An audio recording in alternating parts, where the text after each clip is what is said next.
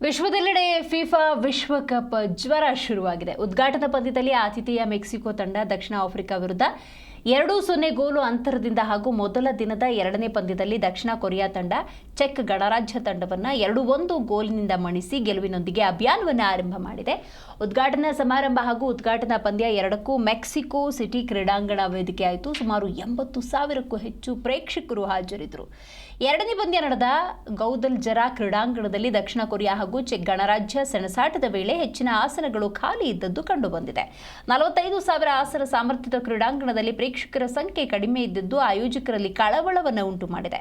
Ticket ದರ ಏರಿಕೆಯಾಗಿರೋದೇ ಇದಕ್ಕೆ ಪ್ರಮುಖ ಕಾರಣ ಅಂತ ಅಭಿಪ್ರಾಯ ವ್ಯಕ್ತವಾಗಿದೆ.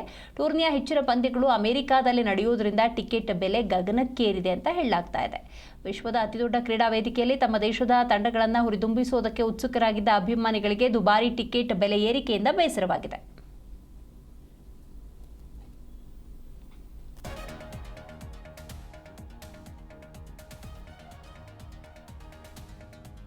-0 ಗೋಲು ಅಂತರದಿಂದ ಹಾಗೂ ಮೊದಲ ದಿನದ ಎರಡನೇ ಪಂದ್ಯದಲ್ಲಿ ದಕ್ಷಿಣ ಕೊರಿಯಾ ತಂಡ ಚೆಕ್ ಗಣರಾಜ್ಯ ತಂಡವನ್ನು 2-1 ಗೋಲಿನಿಂದ ಮಣಿಸಿ ಗೆಲುವಿನೊಂದಿಗೆ ಅಭಿಯಾನವನ್ನು ಆರಂಭ ಮಾಡಿದೆ.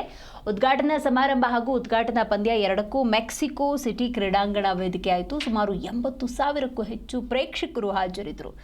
ಎರಡನೇ ಪಂದ್ಯ ನಡೆದ ಗೌದಲ್ಜರಾ ಕ್ರೀಡಾಂಗಣದಲ್ಲಿ ದಕ್ಷಿಣ ಕೊರಿಯಾ ಹಾಗೂ ಚೆಕ್ ಗಣರಾಜ್ಯ ಸೆಣಸಾಟದ ವೇಳೆ ಹೆಚ್ಚಿನ ಆಸನಗಳು ಖಾಲಿ ಇದ್ದದ್ದು ಕಂಡುಬಂದಿದೆ.